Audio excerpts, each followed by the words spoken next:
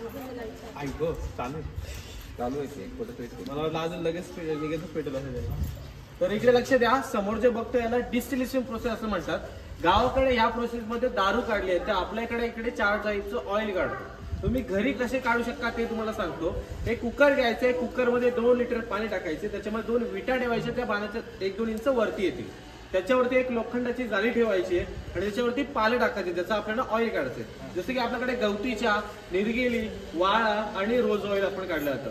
त्याची जी पानं असतात ती याच्यावर नेटवरती टाकतो आणि पूर्ण कुकर पॅक करून घेतलं जातं.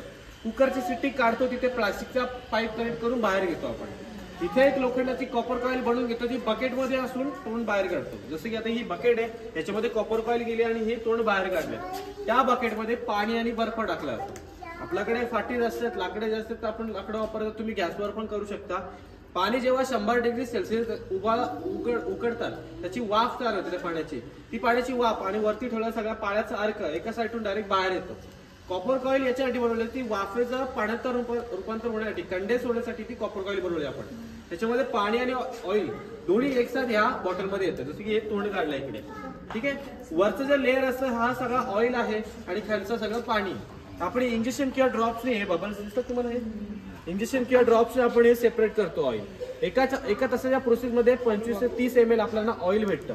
जेवढी प्रोसेस तुमची मोठी तेवढं तुम्हाला ऑइलची हे जास्त. तुम्हाला स्मेल घ्यायचं ते घेऊ शकता. या इकडे